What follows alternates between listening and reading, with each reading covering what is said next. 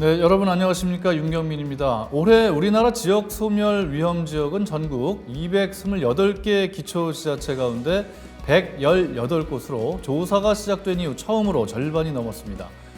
지난해 113곳에서 올해 5곳이 더 늘어난 것이죠.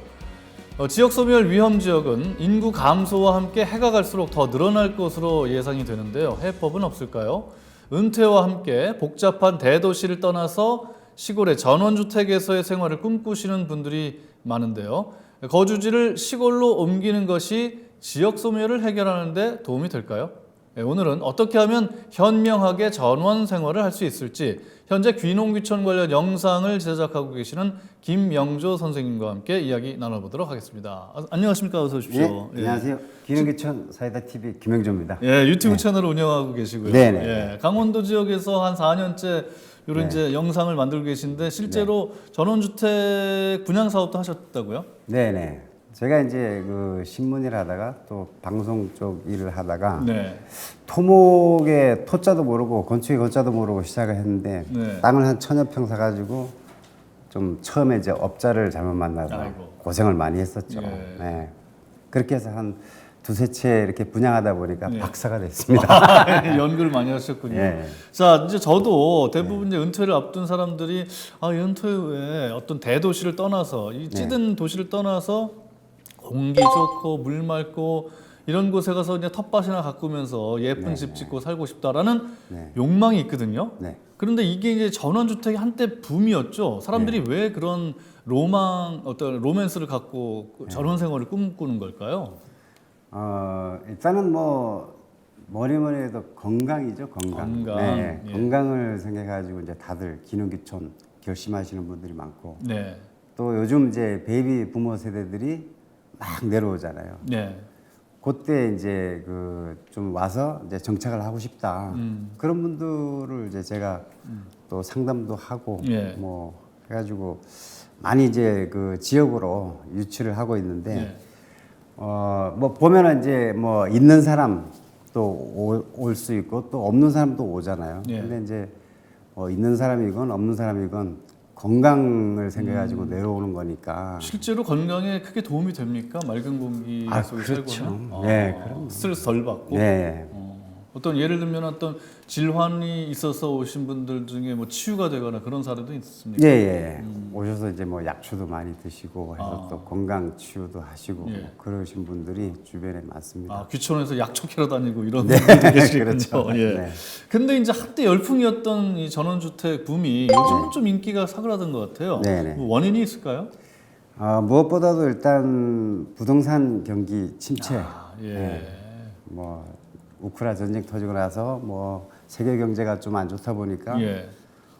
요즘 이제 제가 전원주택을 지을 때 예전에는 측량을 신청하면 한 달 정도 걸렸거든요. 예. 그래서 지금 측량 신청하면 3일밖에 안 걸려요. 금방 해주는. 깜짝 놀랐습니다. 네. 그만큼 이제 집 수요가 짓는 없다. 사람이 또 적고 아. 또 경기가 안 좋다 보니까 예. 또 집을 이제 그 전원주택도 나오는 것도 많잖아요. 매물. 예. 네, 근데 저희 지역 같은 경우는 그렇게 없습니다. 없습니다. 강원도다 보니까 지역 특성상 예.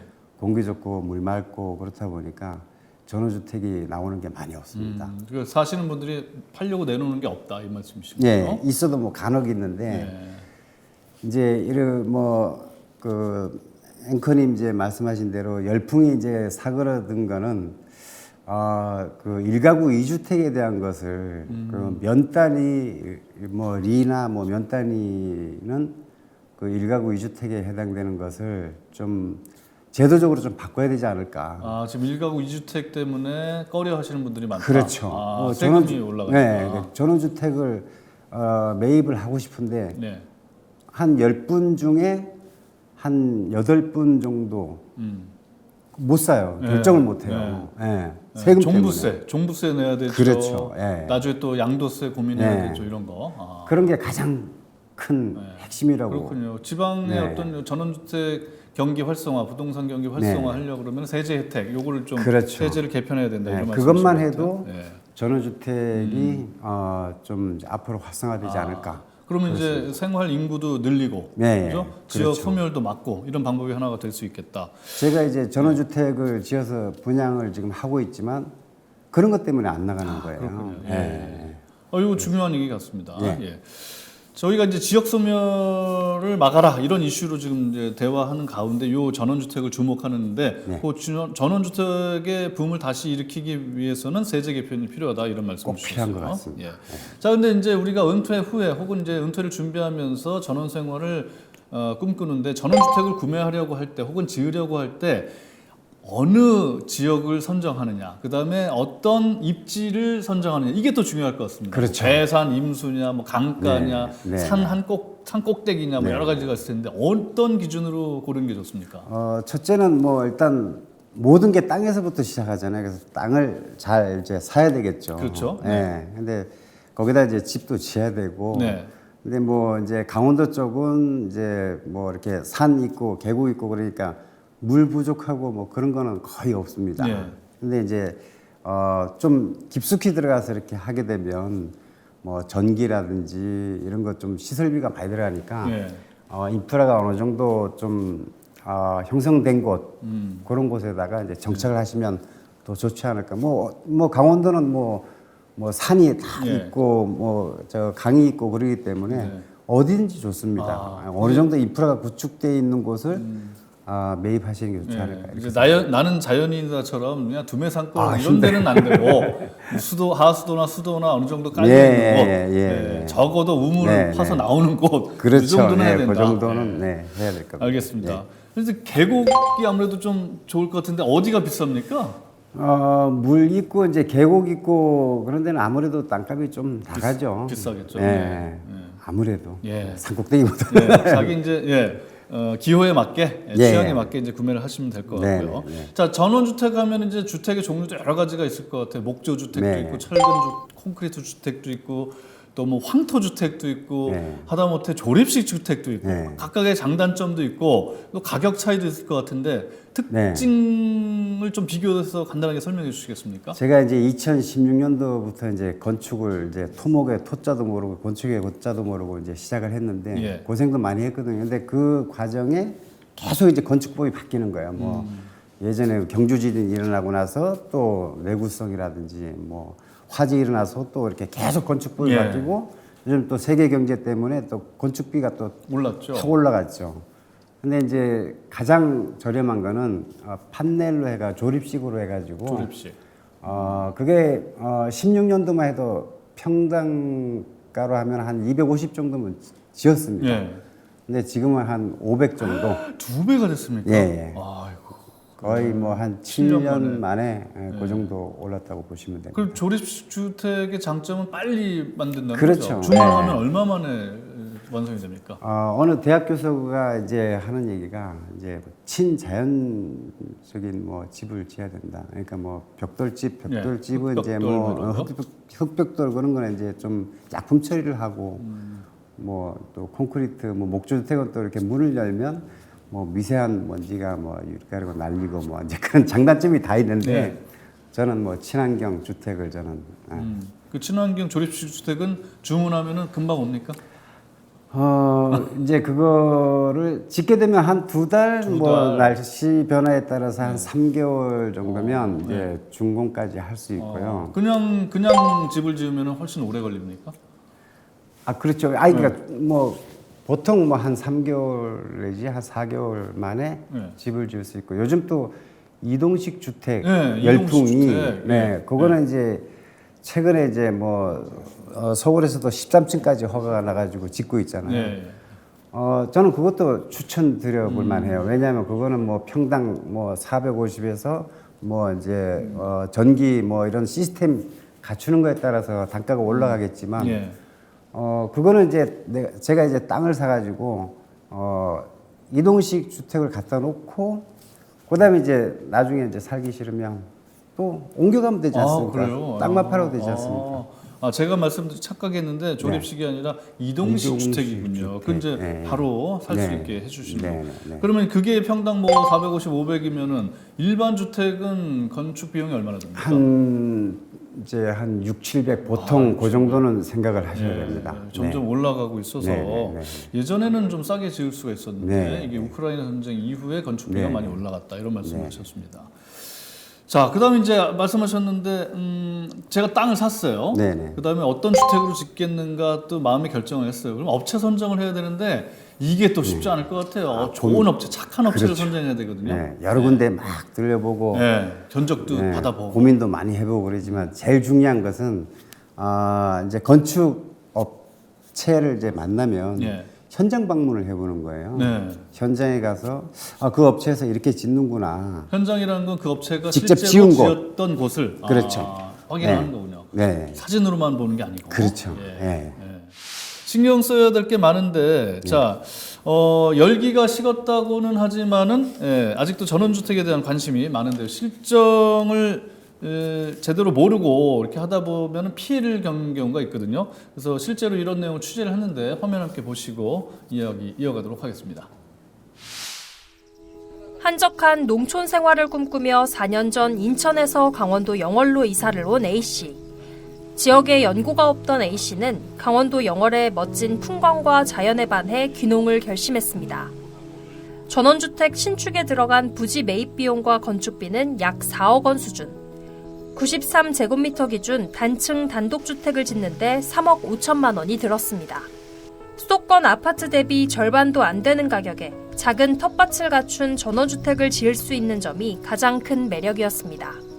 하지만 A씨의 기대와 현실은 달랐습니다. 꿈에 그리던 귀농귀촌에 들떴지만 막상 주택공사부터 쉽지 않았습니다. 건축사가 동시에 여러 곳의 주택공사를 맡으면서 평균 6개월 정도 걸리는 공사기간이 2년 가까이 늘어난 겁니다. 타일피일 공사가 늦어지면서 A씨는 귀한 시간과 돈을 허비해야 했습니다. A씨는 귀농귀촌을 생각하는 사람들에게 미리 지역 환경을 잘 살피고 오는 것이 중요하다고 조언합니다. 강원자치도는 지역 소멸을 막기 위한 대안으로 생활인구 유입을 비롯한 적극적인 귀농귀촌 대책을 추진 중입니다. 별장 중과세 폐지 등 전원주택에 대한 관심이 늘고 있는 가운데 외지인들이 믿고 안심할 수 있는 전원주택 공급 대책이 필요해 보입니다. 헬로티비 뉴스 김수아입니다. 방금 보신 것처럼 이렇게 전원 생활의 꿈을 꾸고 내려갔는데 2년 이상 걸리면서 마음고생 하시는 분도 계신데 어떻게 해야 됩니까? 이런 이제 피해를 좀 줄이기 위해서는 가장 신경 써야 될 부분이 어떤 걸까요? 일단 계약서를 꼼꼼하게 일단 작성하는 것도 중요하고요.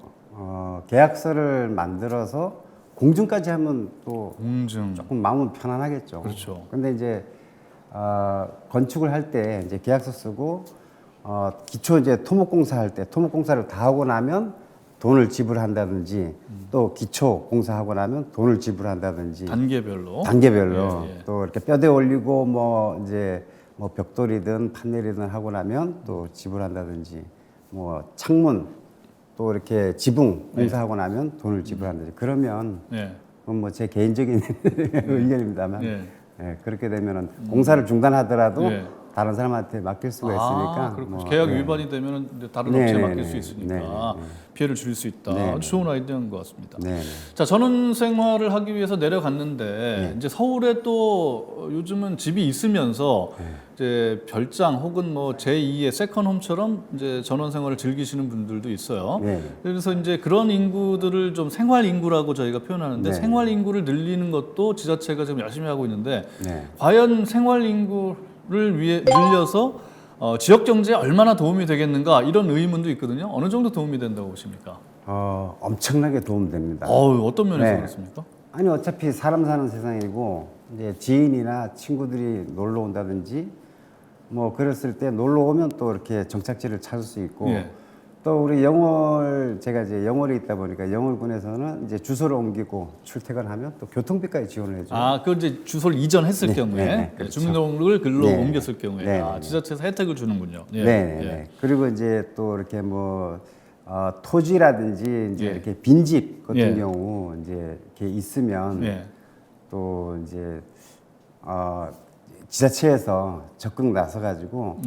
토지를 사면 과태료 농사지으면 과태료를 매기잖아요. 그렇죠. 빈집도 방치 시에는 과태료를 매가지고 좀 빈집을 활용한 저렴하게 이제 지자체에서 만들면 많은 분들이 기능귀촌 또 하기에도 아주 편하고 저렴한 가격으로 예. 내려올 수 있으니까 아, 더 지금 좋지 이제- 않을까? 예. 예.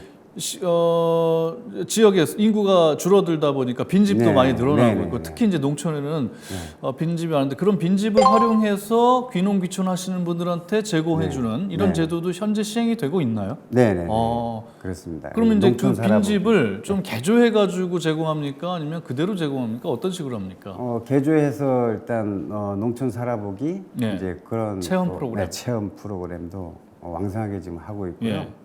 뭐 이렇게 학기 중에도 이제 학생들이 와서 또 이렇게 예. 농촌 체험도 할 수 있고 예. 그런 부분은 아주 적극적으로 지금 예. 지자체에서 하고 있습니다. 예. 예. 자, 도시에서 주로 거의 평생을 사시다가 네. 자, 이제 농촌으로 내려가서 귀농, 귀촌을 하시는 분들, 전원 생활을 하시는 분들 적응하기가 좀 어려울 것 같아요. 어떤 점에 주의를 해야 됩니까?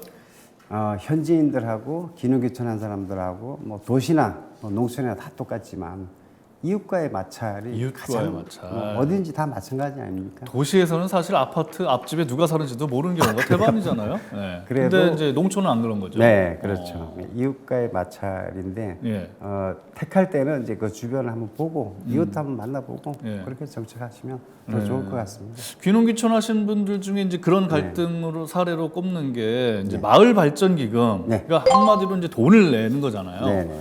그걸 이제 내니 안 내니 갖고 이제 갈등을 겪는 사례가 더러 있다고 들었습니다. 네. 마을 발전 기금은 어느 정도고 그 어디다 쓰이는 겁니까? 저는 개인적으로 마을 발전 기금은 이제 제도적으로 좀 불법으로 이렇게 해가지고 각 지자체에서 좀 없앴으면 좋겠다. 안 걷는 게 좋겠다. 네, 네. 예. 왜냐하면 네. 그 지역에 이제 마을 정비라든지 이런 거는 지자체에서 다 해주거든요. 예. 그러면 정원 대보름이라든지 아니면 뭐 어버이날 그럴 때 이제 그 또 아니면 뭐 이제 동네마다 예. 옛날 그 물 있습니다. 그거를 이제 청소를 하고 하면 뭐 개인 돈으로 할 수는 없잖아요. 예. 또 정비도 해야 되고 뭐 그런 일이라면은 뭐 많이는 말고 한 뭐 50선에 이렇게 50만 원. 네, 예. 그 정도 뭐 50만 원, 100만 원 정도면 물 청소도 해야 되고 예. 또 고장나면 고쳐야 되고 그 정도는 뭐 저는 이제 찬성인데 예. 과도하게 그 받는 거 얼마나 주로 이렇게 뭐 지역마다 다르겠습니다만은 저희 동네는 뭐 마을 발전 기금 안 받습니다. 안 받고요. 네. 영월은 안 받고. 네, 안 받는데 이제 뭐 많게는 뭐 1,000만 원도 받는 데도 아우, 있다 그러더라고요. 1,000만 뭐 원씩이나. 그런 데는 좀 그러면 이제 텃세라고 생각해서 사람들이 예, 1,000만 원이면 상당히 그 부담 가는 금액 아니겠습니까? 저희 영어로는 하여튼 발전 기금 뭐 강제로 받고 그런 거 없습니다. 자발적으로 내시면 이제 받는 네, 거고. 네, 그렇죠. 예. 알겠습니다. 자, 은퇴 후에 귀농귀촌을 결심하신 분들 이제 땅도 사야 되고 집도 지어야 되고 텃밭도 가꿔야 되고 마을 발전 기금을 혹시 내야 된다면 내야 되고 여러 가지 비용이 들 텐데 어느 정도 자금이 필요합니까? 뭐 이렇게 이제 정착을 하시게 되면 이제 자급자족 뭐 하시잖아요. 네. 그러면 뭐 제 개인적으로는 뭐 한 100만 원에서 200만 원 정도면 되지 않을까. 월 1, 200 말씀하시는 거죠? 네. 생활비라든가 네, 이런 거. 네, 네. 그거 말고 이제 초기에 땅 사고 집 짓고 그런 거 다 하고 다. 이제 그 다 하고 비용이 나서- 필요할 거 아닙니까? 그 네, 그렇죠. 비용은. 그 한- 비용은 뭐 수천만에서 수억 정도가 예상이 될 것 그래도 같아요. 한 1억 5천에서 한 2억은 있어야 1억 그래도 5천에서 좀 2억이면은 정착하는데. 네. 집 땅 사고 집 짓고 예, 텃밭 정도 이제 사고 네. 그다음에 월 생활비가 한 1, 200 정도. 1, 200 정도. 네. 국민연금 받으면서 충분히 그럼요. 자급자족 할 수 있다. 연금 받으면 좋죠. 예, 알겠습니다. 자, 그다음에 이제 전원 생활을 하게 되면은 이제 공기 좋고 물 맑고 좋긴 한데 이제 가장 아쉬운 게 문화 생활, 영화관 가기도 어렵고요, 뮤지컬 보기도 어렵고요. 또 어디 아프면 급하게 도시처럼 가까운 거리에 병원이 있는 것도 아니고 약국도 멀고 이런 게 가장 불편할 것 같아요. 이런 거 어떻게 해소할 수 있습니까? 도시에서도 쇼핑을 하려면 뭐 차가 막히니까 뭐 1시간 정도 뭐 보통 그 그럴 정도 수도 걸려가지고 갈 수 있잖아요. 네. 저희 이제 뭐 영월만 하더라도 한 3, 40분, 4, 50분이면 쇼핑센터 다 갈 수 있고. 차가 안 막히니까. 그렇죠. 예. 그렇군요. 그리고 또 문화시설 이런 건 이제 지자체마다 예. 뭐 소규모 이제 공연장도 만들고 해서 예. 뭐 각종 문화 시설을 또 이렇게 즐길 수가 있습니다. 아, 그렇군요. 네, 네. 요즘에 지자체도 재정이 이제 탄탄해가지고 네. 지역 주민들을 위한 어떤 문화시설, 체육시설을 많이 만들어놨으니까. 그러니까 제가 이제 최종적으로 이제 건의할 것은 예, 이제 제가 사는 지역에 이제 영월, 평창, 정선 이제 의료원이 있습니다. 의료원. 좀 네. 이제 그 의료원을 통폐합해가지고 준종합병원을 중간에다 이렇게 만들어 놓는다면 네. 더 의료시설 확충도 되고 시설도 더 들어오고 예. 해서 좀 안심이 되지 않을까 건의사항입니다. 아, 반드시 지금 강원도지사님이 듣고 계시면 참조하지 않을까 네. 생각합니다. 오늘 이렇게 전원주택의 전문가신 우리 김영조 선생님과 함께 귀농귀촌, 그다음에 전원주택 어떻게 지을 수 있는지에 대해서 알아봤습니다. 오늘 말씀 잘 들었습니다. 고맙습니다. 네, 감사합니다. 네, 도시 생활에 지친 많은 분들이 한 번씩 꿈꿔봤을 전원 생활. 저도 그런 꿈을 꾸고 있는데요. 생각보다 주의해야 할 점, 그리고 챙겨야 될 것들이 많죠. 다음 시간에는 아예 생업 자체를 시골로 옮기는 귀농귀촌에 대해서 좀 더 자세하게 이야기 나눠보도록 하겠습니다. 시청해주신 여러분, 대단히 고맙습니다.